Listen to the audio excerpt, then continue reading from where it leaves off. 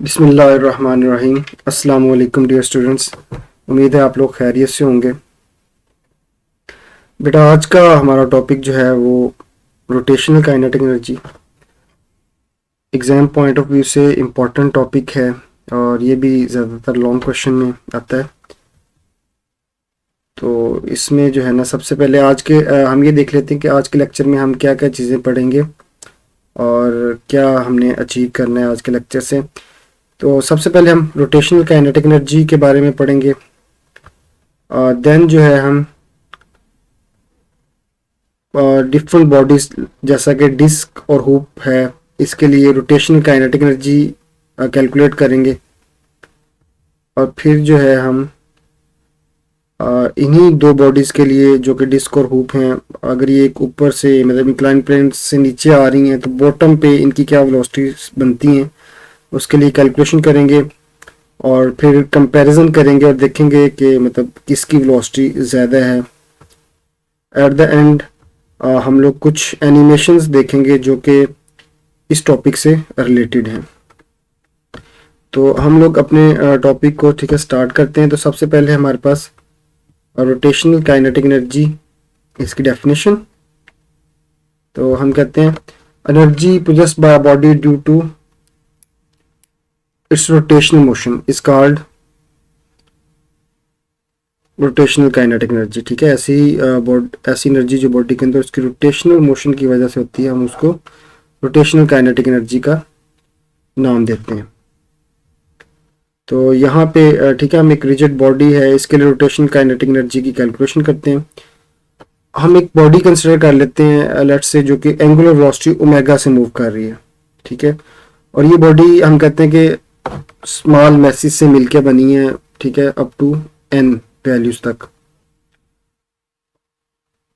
तो यहाँ पे हम कोई एक पार्टिकल इसका कंसिडर कर लेते हैं जिसका मैस जो है वो आई की कोई भी वैल्यू हो सकती है। कोई एक पार्टिकल हमने कंसिडर कर लिया mi जो कि हम कहते हैं एक्सिस ऑफ रोटेशन से डिस्टेंस ri पर वाक़या है, सिचुएटेड है। तो इसके लिए हम पहले kinetic energy, rotational kinetic energy के लिए कैलकुलेशन कर लेते हैं। देखिए सबसे पहले हम सिंपल लिखते हैं, काइनेटिक एनर्जी का फॉर्मूला हमारे पास क्या होता है। ठीक है, काइनेटिक एनर्जी का फॉर्मूला हमारे पास होता है हाफ mv स्क्वायर। ठीक है, अब यहाँ पर चूंकि हम पार्टिकल आई के लिए कैलकुलेशन कर रहे हैं तो यहाँ पे मैं इसके साथ इंडेक्स यूज कर लेता हूँ आई का, मैस के साथ भी आई यूज कर लेते हैं। तो इस तरह से मतलब v के साथ भी अगर आपने करना है तो यहाँ पर भी आई यूज कर सकते हैं। अब हम क्या कहते हैं, यहाँ पे हमें पता है लीनियर वेलोसिटी और एंगुलर वेलोसिटी ये आपस में इस रिलेशन से, ठीक है, इनको हम रिलेट कर सकते हैं। तो यहाँ पर भी v is equal to R omega, मैं यहाँ पे भी आई लगा लेता हूँ, यहाँ पर भी आई लगा देता हूँ। अच्छा, ये एक बात याद रखें, ये जो रिजिड बॉडी है या इस तरह की बॉडी जब मूव करती है तो सारे पार्टिकल जितने भी इसके अंदर हैं उन सब के लिए एंगुलर वेलोसिटी की वैल्यू सेम होगी। ये हम प्रीवियस लेक्चर्स में भी ये बात करते रहे। तो जितने भी मैसेज हैं, जितने भी पार्टिकल, सब के लिए एंगुलर वेलोसिटी की वैल्यू ओमेगा मतलब सेम होगी। तो इसलिए हम इसके साथ इंडेक्स यूज करने की जरूरत नहीं है, हम यहाँ पे ऊपर वैल्यू पुट कर देते हैं इक्वेशन में v की जगह पे। तो हमारे पास बन गया kinetic energy is equal to half m, ये देखें v की जगह पे उसकी वैल्यू पुट करें, ये आ जाएगा ri ओमेगा, और ये साथ में हमने हमारे पास इसका स्क्वायर आ गया। तो यहाँ पे जो है ना इसको आप कर लें, थोड़ा सा सिंप्लीफाई करें, ये हमारे पास आ जाता है यहाँ से हाफ mi ri स्क्वायर और ये ओमेगा का स्क्वायर आ जाएगा। ठीक है, तो बेटा एक चीज़ देखें, यहाँ पे जो mi ri स्क्वायर या mr स्क्वायर है ये क्या चीज़ है। ठीक है, यहाँ पे हम इसको मोमेंट ऑफ इनर्शिया, ठीक है, ये बन रहा है यहाँ पे। तो यहाँ पे हम इसकी जगह पर आई भी पुट कर सकते हैं। चलें बहरहाल ये हमारे पास आ गया। थोड़ा सा इसको मज़ीद इसको कैलकुलेशन और करते हैं। देखिए ये हमने अभी एक पार्टिकल के लिए जो है ना वो रोटेशनल काइनेटिक एनर्जी फाइंड की है। तो अगर हमने टोटल जो है ना सारे पार्टिकल्स के लिए रोटेशनल काइनेटिक एनर्जी फाइंड करनी हो तो हमें क्या करना पड़ेगा, तो जितने भी गिवन पार्टिकल्स हैं सबके लिए रोटेशन उसकी सबकी जो है इस तरह से रोटेशनल काइनेटिक एनर्जी को ऐड कर दें तो इस रिजिड बॉडी की हमारे पास जो है रोटेशनल काइनेटिक एनर्जी निकल आएगी। तो total rotational kinetic energy find करने के लिए जितने भी पार्टिकल्स हैं उन सबकी एनर्जीज को ऐड कर देते हैं। ठीक है, तो ये हमारे पास total rotational kinetic energy equal आ जाएगी। हम ऐड कर देते हैं सारी वैल्यूज को, मतलब फॉर एग्जाम्पल पार्टिकल जो मैस m1 है उसके लिए वैल्यू हमारे पास बनेगी हाफ। अब देखें अगर 1 के लिए लिखनी है तो i की जगह पे 1 पुट कर दे, particle 1 m1 r1 square omega square. Omega के साथ हमने इंडेक्स यूज नहीं किया क्योंकि हमें पता है कि वो सारे पार्टिकल के लिए सेम है। इसी तरह से अगर 2 के लिए लिखनी है तो वो आ जाएगा half m2 r2 square and so on. इसी तरह से हम लिख सकते हैं लास्ट पार्टिकल हमारे पास आ जाएगा हाफ, ये इस लाइन को रेज कर लेते हैं, ये हमारे पास ये जो लाइन लगी है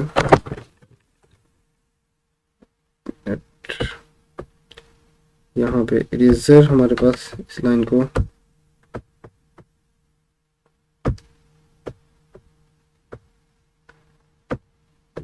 तो यहाँ पे ठीक है हम लिख लेते हैं पार्टिकल n के लिए हम लिख रहे थे तो उसके लिए हमारे पास आ जाएगा यहाँ पे सॉरी ओमेगा भी आएगा, ओमेगा यहाँ पे आ जाएगा हाफ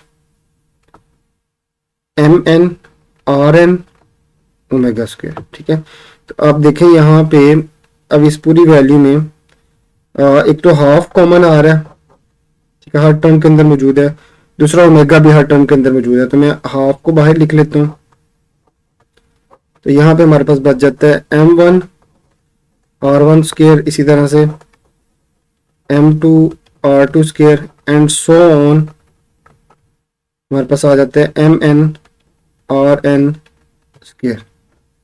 और ओमेगा भी ठीक है हमने कॉमन लिया ओमेगा स्क्वायर, तो यहाँ पर ये आ गया ओमेगा स्क्वायर।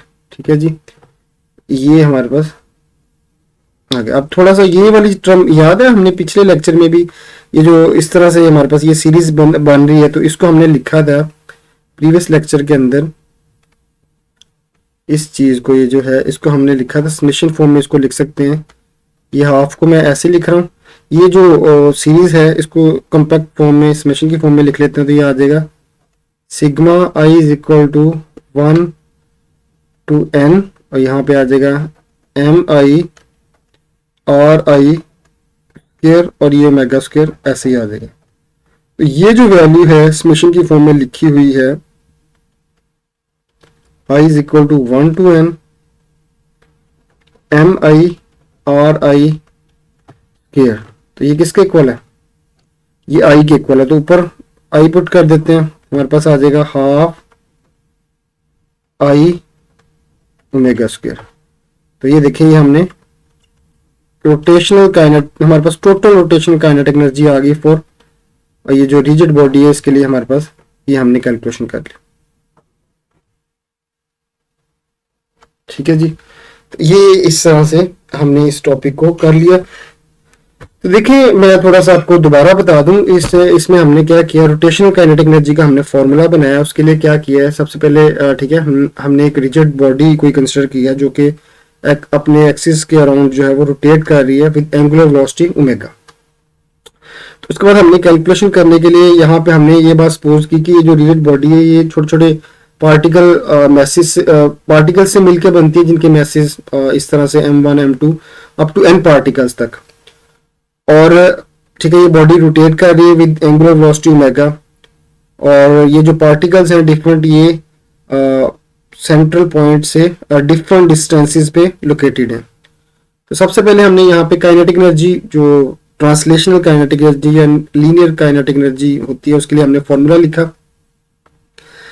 तो फिर उसके बाद क्या किया, यहाँ पे ये जो वेलोसिटी है लीनियर वेलोसिटी की जगह पे उसकी जो रिलेशन है v equal to R omega वहां से वैल्यू पुट की, देन हमने इसको फर्दर सिंप्लीफाई किया। तो इस तरह से हमारे पास ये रोटेशनल काइनेटिक एनर्जी का फॉर्मूला बन जाता है हाफ आई ओमेगा स्क्वायर। ठीक है, और आपको याद होगा ट्रांसलेशन ये जो ठीक है ट्रांसलेशनल के लिए ये फॉर्मूला था, तो अब रोटेशनल के लिए हमारे पास ये एक नया फॉर्मूला आ गया half I omega square.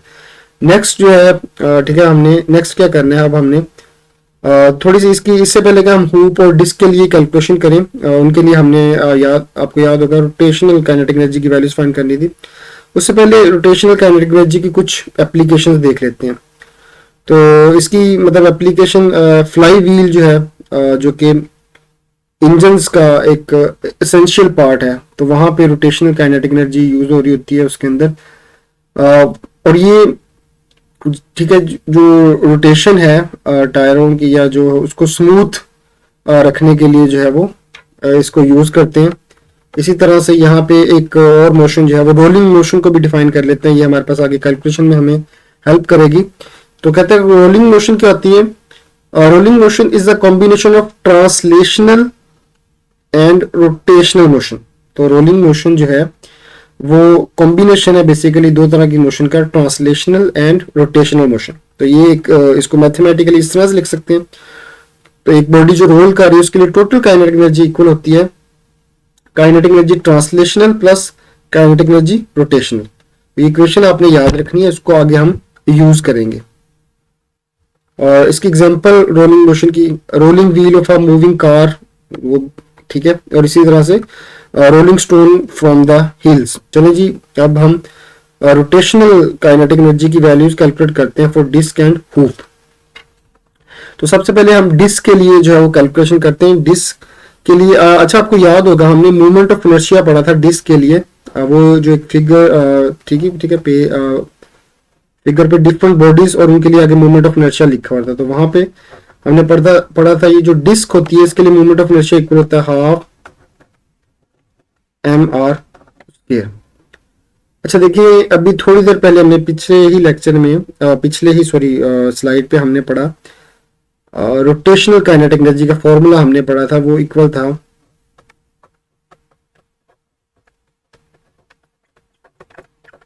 Half I omega square. अब आपने क्या करना है, यहाँ पे डिस्क के लिए कैलकुलेशन करनी है रोटेशनल काइनेटिक एनर्जी की वैल्यू। तो आपने आई की जगह पे जो डिस्क के लिए मूवमेंट ऑफ इनर्शिया होता है इसकी वैल्यू पुट कर दें। तो देखें जी क्या आएगा आपके पास, हाफ आई की जगह वैल्यू पुट करें जी हाफ एम आर स्क्वायर, और ये ओमेगा जो है वो ऐसे ही आ जाएगा ओमेगा स्क्वायर। ठीक है, यहाँ पे 1/2 को 1/2 से मल्टीप्लाई करेंगे तो ये आपके पास आ जाएगा 1/4, और इधर से आ गया M R square omega square. अच्छा ये जो चीज लिखी हुई है 1/4 एम आर, इसको ऐसे लिखे आर स्क्वायर ओमेगा स्क्वायर है, मैं इनका स्क्वायर इकट्ठा कर देता हूँ, ये मेरे पास आ जाएगा आर ओमेगा होल का स्क्वायर। अच्छा ये आपने फिर अगेन एक रिलेशन याद होगी आपको, v is equal to R omega, linear velocity और एंगुलर वेलोसिटी में ये रिलेशन होती है। तो यहाँ पे इसके अंदर आर ओमेगा की वैल्यू पुट कर देते हैं जो कि v के इक्वल है। तो हमारे पास आ गया 1/4 m, और ये आर ओमेगा की जगह पे इसकी वैल्यू v स्क्वायर। तो ये हमारे पास रोटेशनल काइनेटिक एनर्जी आ गई किसके लिए जी, डिस्क के लिए। तो ये आपने ये जो फॉर्मूला है 1/4 m v स्क्वायर ये आपने याद रखना है, इसको हम अभी नेक्स्ट कैलकुलेशन में फिर इसको यूज करेंगे। ठीक है, तो ये डिस्क के लिए ठीक है हमारे पास आ गया। तो ओके, अब क्या करते हैं हूप के लिए कैलकुलेट करते हैं। तो सेम यही स्टेप्स फॉलो करेंगे। देखिए सिंपली हूप के लिए आपको याद होना चाहिए, हूप के लिए जो मूवमेंट ऑफ इनर्शिया था वो इक्वल था एम आर स्क्वायर के। तो अगेन रोटेशनल काइनेटिक एनर्जी का फॉर्मूला लिखते हैं सारे वो, ठीक है, इक्वल है हाफ आई ओमेगा स्क्वायर। तो क्या करना है आपने, आई की जगह पे उसकी वैल्यू पुट कर देनी है। लें जी, तो आई की जगह पे वैल्यू पुट करते हैं एम आर स्क्वायर, क्योंकि हम हूप के लिए कैलकुलेशन कर रहे हैं तो हूप के लिए movement of inertia M R square के इक्वल होता है। लें जी, अब इसको थोड़ा सा मजीद सिंप्लीफाई कर लेते हैं, half M R square omega square. Again वही वाला काम करेंगे जैसे पहले किया था, इसको लिख सकते हैं हाफ एम, ये इनका जो स्क्वायर इकट्ठा कर देते हैं आर ओमेगा स्क्वायर। तो अभी थोड़ी देर पहले हमने पढ़ा लीनियर वेलोसिटी और एंगुलर वेलोसिटी, इसमें relation v is equal to R omega. तो ये जो आर ओमेगा की जगह पे उसकी वैल्यू पुट कर देते हैं, हमारे पास आ जाएगा हाफ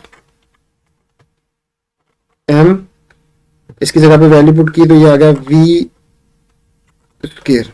ठीक है जी, तो ये हमारे पास रोटेशनल काइनेटिक एनर्जी का फॉर्मूला आ गया फॉर हूप। तो ये आप ठीक है, इसको भी आपने याद रखना है। तो अब हमारे पास ठीक है, जो डिस्क है उसके लिए रोटेशनल काइनेटिक एनर्जी की वैल्यू आई है 1/4 mv स्क्वायर, और जो हूप है उसके लिए रोटेशनल काइनेटिक एनर्जी की वैल्यू आई है हाफ mv स्क्वायर। तो ये दो चीजें आपने याद रखनी है, इनको अभी हम आगे जो है ना वो यूज करेंगे। ओके ठीक है, यहाँ पे इसको आपने देख लेना, कोई प्रॉब्लम होगी डेरिवेशन में या कहीं पे तो आपने जो है हमारी डिस्कशन क्लास जो होगी वहाँ पे आपने पूछ लेना है। तो आपने ठीक है सुबह कोशिश करनी है लेक्चर, वो जो डिस्कशन क्लास है मैं वहाँ आने से पहले इस लेक्चर को लाजमी देखें। तो जी अब बेटा अब हम जैसे ये ठीक है पिछली फिगर में वापस जाते हैं, ये जो ठीक है हमारे पास यहाँ पे ये जो हुप और डिस्क है ये यहाँ से नीचे आ रही है इस इंक्लाइन प्लेन से, तो हमें ये देखना है ये जो बॉटम के ऊपर यहाँ पे इनकी वेलोसिटीज के लिए बनाना है, हमने फॉर्मूलाज बनाने हैं। तो एक बात याद रखें, जब ये यहाँ पे है ऊपर है तो ये एक हाइट पे है, तो हाइट के वजह से इनके पास पोटेंशियल एनर्जी स्टोर्ड है। तो जब ये यहाँ से नीचे आएंगी तो इनकी पोटेंशियल एनर्जी काइनेटिक एनर्जी में कन्वर्ट हो रही होगी। और क्योंकि ये जब ये नीचे आ रहा है तो ये देखिए ये ऐसे ऐसे रोल भी कर रहा है और आगे भी मतलब यहाँ पे मूव भी कर रहा है। तो ठीक है, तो यानी पीछे मैंने आपको रोलिंग की डेफिनेशन बताई, तो वो दोनों तरह की मोशन रोलिंग के अंदर आ जाती है, ट्रांसलेशनल भी और रोटेशनल भी। तो ये सारी चीजों को देखते हुए हमने यहाँ पे वेलोसिटी के लिए कैलकुलेशन करनी है। तो अभी हमने थोड़ी देर पहले आपको याद होगा पिछली स्लाइड पे ठीक है हमने यहाँ पे वेलोसिटी ऑफ डिस्क कैलकुलेट करते हैं एट द बॉटम। तो डिस्क के लिए हमने पढ़ा काइनेटिक एनर्जी का फॉर्मूला, जो रोटेशनल काइनेटिक एनर्जी का फॉर्मूला डिस्क के लिए बना था वो था 1/4 mv स्क्वायर। ठीक है, ये हम यूज करेंगे। अच्छा यहाँ पे मैं आपको भी पिछली वो फिगर पे बताया कि वो जब एक इस तरह से इंक्लाइन प्लेन से वो नीचे आ रही है ना, ये जो हूप और वो इस तरह से डिस्क जो है, तो जब वो यहाँ पे है हूप या डिस्क, ये जैसे डिस्क यहाँ पे है तो यहाँ पे हाइट h पे है तो उसकी कुछ ना कुछ उसके पास पोटेंशियल एनर्जी है। तो हम लिख सकते हैं यानी जब वो यहाँ से मूव करना शुरू करेगा जाहिर सी बात है पोटेंशियल एनर्जी लॉस होगी। अगर पोटेंशियल एनर्जी लॉस हो रही है तो किस में कन्वर्ट हो रही है, काइनेटिक एनर्जी में। तो हम लिख सकते हैं loss in potential energy equal होगी, अब देखें यहाँ पे दोनों तरह की उसकी जो है ना वो उसमें एनर्जी इन्वॉल्व होगी, kinetic energy translational plus kinetic energy rotational. मैंने आपको पीछे रोलिंग मोशन की जब डेफिनेशन बताई थी मैंने कहा था वहां पे ये क्वेश्चन बताई थी और फिर मैंने कहा था कि हम इसको आगे यूज करेंगे। ठीक है, तो यहाँ पे वैल्यूज पुट कर देते हैं। हमें पता है ट्रांसलेशनल काइनेटिक एनर्जी इक्वल होती है हाफ एम वी स्क्वायर के, और अभी थोड़ी देर पहले हमने रोटेशनल काइनेटिक एनर्जी कैलकुलेट की थी डिस्क के लिए, वो हमारे पास इक्वल आई थी 1/4 एम वी स्क्वायर। तो यहाँ से इनका एलसीएम ले लेते हैं, एलसीएम आ जाएगा 4, 2 2 4, 2 1 2, तो ये आ गया 2 एम वी स्क्वायर। इसी तरह से ये 4 4 से करेंगे तो ये 1 मतलब एम वी स्क्वायर आ जाएगा, 1 एम वी स्क्वायर या एम वी स्क्वायर लिख लें। तो यहाँ पे ये 2 + 1 क्या हो जाएगा 3 एम वी स्क्वायर बाय 4। और पोटेंशियल एनर्जी वो हमें पता है mgh के इक्वल होती है, लिख लेते हैं।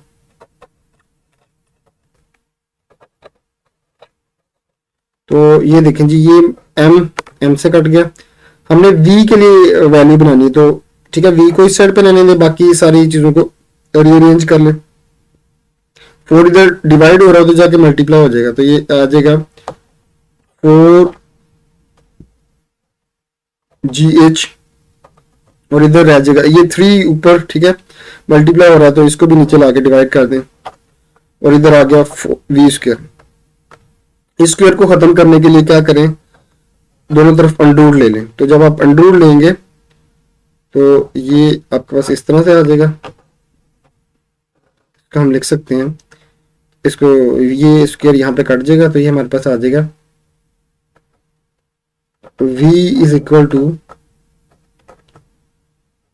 4/3, ठीक है, GH। तो इसको ऐसे ही लिखा रहने देते हैं अंडरूट, ठीक है, फ्री का खत्म नहीं होगा। तो चले, ये हमारे पास वेलोसिटी की वैल्यू आ गई फॉर डिस्क। इसी तरह से हम हुप के लिए कैलकुलेट करते हैं। तो याद है आपको, हुप के लिए हमने रोटेशनल काइनेटिक एनर्जी क्या निकाली थी, ठीक है, भूल गए होंगे यकीनन आप लोग। तो उसके लिए हमने रोटेशनल काइनेटिक एनर्जी की वैल्यू निकाली थी 12 mv², ठीक है। अच्छा, तो अगेन वही वाली इक्वेशन लिखते हैं। इस केस में भी जाहिर सी बात है, हमने यही कह रहे हैं कि इंक्लाइन प्लेन है, यहाँ पे ये जो हुप है, ठीक है, ये एक हाइट पे है, इसके पास पोटेंशियल एनर्जी है, और ये जब यहाँ से नीचे आती है, मूव करती है, तो ये रोल करती है, उसके पास दोनों तरह की एनर्जी होंगी, ट्रांसलेशनल और रोटेशनल काइनेटिक एनर्जी। अगेन वही वाली इक्वेशन लिखेंगे, loss in potential energy, same वही स्टेप्स पे, ठीक है, हमने करने जो उधर किए थे। Loss in potential energy is equal to gain in translational kinetic energy plus gain in rotational kinetic energy, ठीक है। तो यहाँ पे आप गेन भी लिख सकते हैं, गेन इन, इसी तरह से गेन इन, एंड इस तरह यहाँ भी गेन साथ लिख लें। तो ये आ गया mgh। Translational kinetic energy again वो तो 12 mv² की इक्वल ही होती है, और इस केस में चूंकि हुप के केस में रोटेशनल काइनेटिक एनर्जी भी 12 mv² की इक्वल आई थी। तो ये देखिए एलसीएम ले लें, या फिर नजर आ रहा है कि ये जो हाफ प्लस हाफ 1 हो जाएगा, तो ये आ गया mv²। तो यहाँ से mgh, m को m से कट कर दें, तो ये देखिए जी, ये आ गया v² is equal to gh। तो वो स्क्वायर खत्म करने के लिए वही काम करें, अंडर लेना दोनों तरफ, ये कट जाएगा इससे, तो ये आ गया v is equal to √gh, ठीक है। तो ये देखिए यहाँ पे इन दोनों के हम रिलेशन भी बना सकते हैं। मैं इसको ये जो आई है मेरे पास, सॉरी ये मैंने यहाँ पे g लिख दिया, ये g नहीं आना, इसको मैं रेज कर देता हूँ, ये इसकी जगह पे v आना है। और रेजर किधर है हमारे पास, ये रही,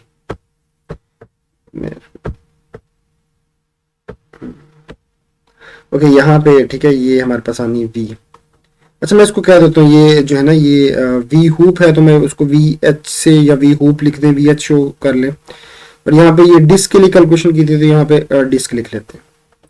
अच्छा, इन दोनों में रिलेशन बना सकते हैं हम। मैं इसको ये जो डिस्क वाली वैल्यू, इसको थोड़ा सा मॉडिफाई अगर करूँ, इसको मैं इस तरह से लिख सकता हूँ, v डिस्क को अगर मैं लिखना चाहूँ तो क्या, अगर मैं इसको ऐसे लिखूँ 4/3, इसका अंडर रूट कर लेता हूँ, √gh, ठीक है। तो ये देखिए √gh किसके इक्वल है, v हुप के। तो यहाँ पे मैं पुट कर सकता हूँ, मेरे पास एक नई रिलेशन बन जाएगी, v disc is equal to 4/3, तो √gh की जगह पे v हुप लिख दें।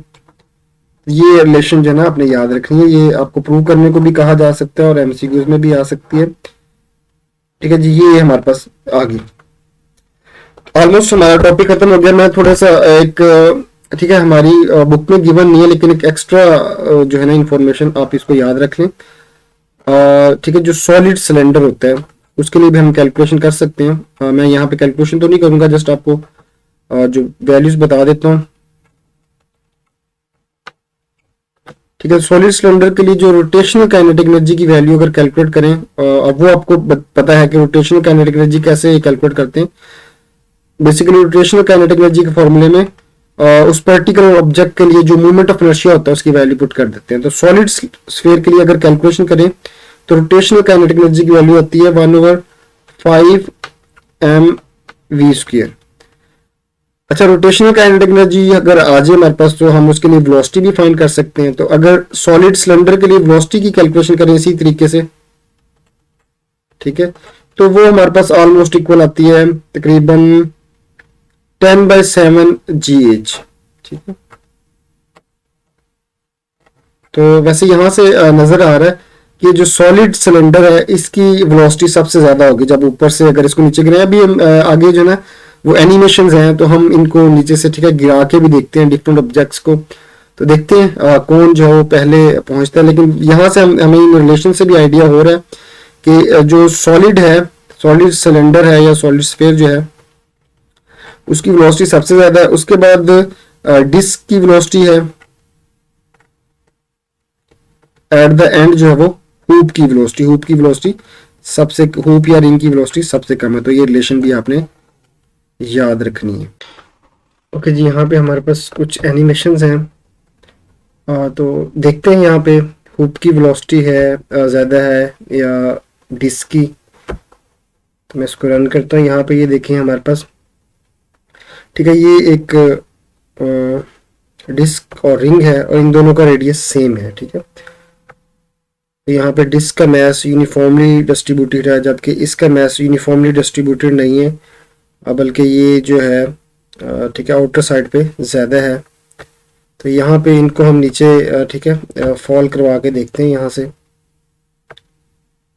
तो जब ये यहाँ से, ठीक है, नीचे गिरता है, आपने देखना है डिस्क पहले पहुंचेगी या हुप। Let's check.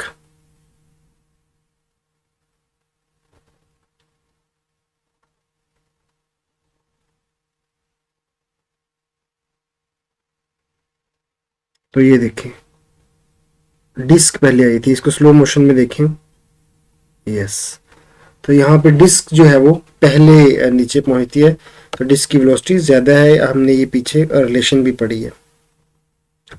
अच्छा नेक्स्ट, अब इस स्लाइड पे, ठीक है, फिर इनकी रेस लगवाते हैं। तो अब यहाँ पे पहले देख लिए हमारे पास कैंडिडेट्स कौन कौन से हैं। एक तो इसमें जो येलो कलर में शो किया गया है ना, तो येलो कलर में यूनिफॉर्मली फील्ड स्फीयर या आप इसको सॉलिड स्फीयर कह लें। रेड कलर में होलोस्फीयर, होलोस्फीयर के बारे में आपको बताया था, अंदर से जो खाली होता है जैसे कि फुटबॉल है। और फिर ग्रीन कलर में रिंग और हुप है और ब्लू कलर में डिस्क। तो सोचें ज़रा अपने जहन में कि कौन जीतेगा, ठीक है। फिर इनकी हम रेस करवा देते हैं और फिर देखते हैं कौन जीतता है। आप लोग सोच कर रखें कौन जीतेगा। ये जी, तो ये देखें जी, ठीक है, दोबारा देखें। आपको अगर नहीं पता चला तो दोबारा देखें। यहाँ पे मैं इसको स्टॉप करूँगा। ये तो जो सॉलिड स्फीयर है वो जीत चुका है, वो सबसे आगे गया है। सॉलिड स्फीयर के बाद ये जो डिस्क है ब्लू कलर में आपको नज़र आ रही है वो नीचे गई है।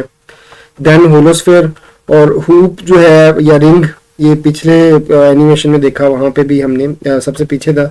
तो यहाँ पर भी ये जो है ना सबसे पीछे है तो इसकी वेलोसिटी सबसे कम है।